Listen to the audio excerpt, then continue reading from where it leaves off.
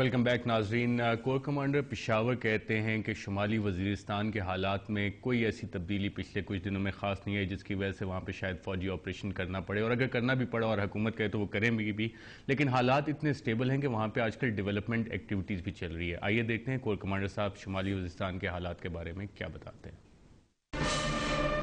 First of all, let me say there is no change in North Waziristan in the last whatever months and weeks. I've always, shared with you. We have a division plus size force over there. Against the impression at some places that there is no army in that area, we have enough forces who are maintaining a reasonable environment which is stable. Stable enough to undertake some developmental activity also.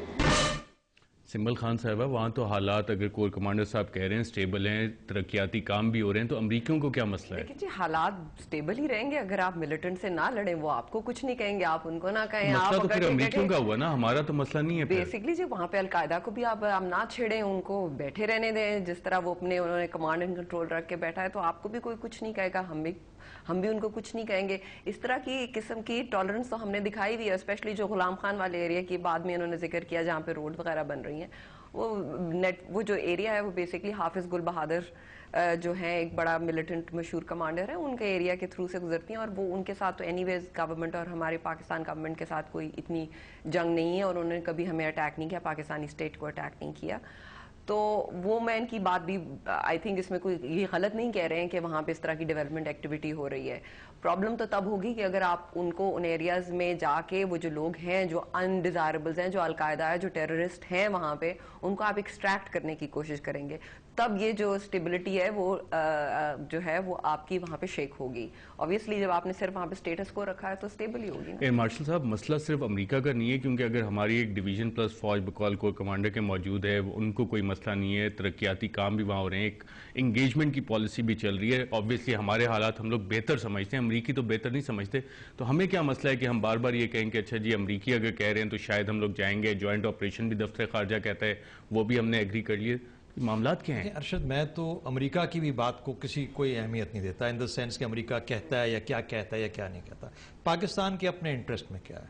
अगर पाकिस्तान के basis, Pakistan के शहर, पाकिस्तान के अवाम अगर वो directly उस जंग की उसमें आग चुके हैं, तो फिर बड़ा क्लियर सी बात है कि कोई ना कोई फोर्स जो कि किसी का अलाकार बनी है वो पाकिस्तान के खिलाफ इस्तेमाल हो रही है, और पाकिस्तान की स्टेट और पाकिस्तान के अवाम उसका निशाना बनते जा रहे हैं उस सिचुएशन को कंट्रोल करने के लिए। और अगर उनका खुरा जाके शुमाली वज़ीरिस्तान में पड़ता है तो फिर उस सूरत में पाकिस्तान की अफवाज को, पाकिस्तान की हुकूमत को, स्टेट को वो जिम्मेदारी उठानी है। मैं जनरल साहब बहुत ज़बरदस्त इंसान है, बड़े अच्छे दोस्त भी हैं, लेकिन मैं सिर्फ ये अर्ज करना चाहता हूँ कि उन्होंने चूंकि वहाँ पर तो करना ही करना है पाकिस्तान की बका के लिए जो ऑपरेशन है, जो अपनी ज़रूरत के मुताबिक करेंगे, अपने टाइम के मुताबिक करेंगे, तो लोगों को ये जरूर फरमाएं कि वहां पर इस किस्म के एलिमेंट्स भी हैं जिनको कि बाहर सूरत पाकिस्तान की अफवाज को साफ करना पड़ेगा या उनको जाके राह रास्त पे लाना पड़ेगा। उसके लिए जब ये कहेंगे तो आपके अवाम, आपके लोग पाकिस्तान की खातिर, पाकिस्तान की, और ये पाकिस्तानी जर्नलों को कहना चाहिए, ना कि अमेरिकी जर्नल। बिल्कुल, हर बिल्कुल 100%, यानी उनका ऑपरेशन होना चाहिए शुमाली वज़ीरिस्तान। देखिए जी, शुमाली वज़ीरिस्तान में ऑपरेशन अगर पाकिस्तान की जरूरत बन जाती है, अगर जरूरत टारगेटेड ऑपरेशन हम जिस किस्म की हमने पहले आइडेंटिफाई बनी है कि नहीं, मेरे ख्याल में जरूरत पड़ रही है। हमारे तो अपने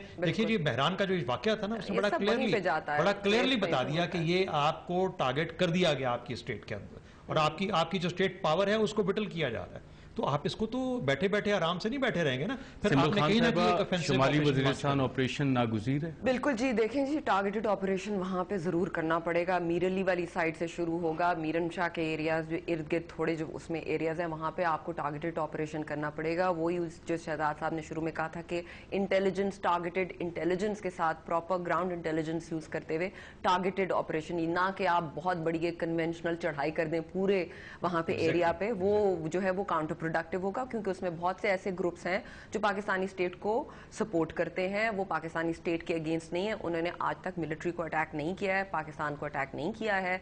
वो उन टेररिस्ट, वो उन लोगों की सपोर्ट को भी हम यूज कर सकते हैं उन लोगों को फाइट करने को, अलकायदा को फाइट करने को, या दूसरे जो ऐसे एलिमेंट्स हैं जो पाकिस्तान को हार्म पहुंचा रहे हैं या जद पहुंचा रहे हैं, हम उनकी सपोर्ट के साथ उन लोगों को फाइट करेंगे। सिंबल खान साहिबा, साउथ वजीरिस्तान में भी ऐसा ही किया था। सिंबल खान साहिबा, मार्शल शहजाद चौधरी साहब, आप दोनों का प्रोग्राम रिपोर्टर में शिरकत का शुक्रिया। नाज़रीन, आज के प्रोग्राम में इतना ही, इजाज़त दीजिएगा। अल्लाह हाफ़िज़।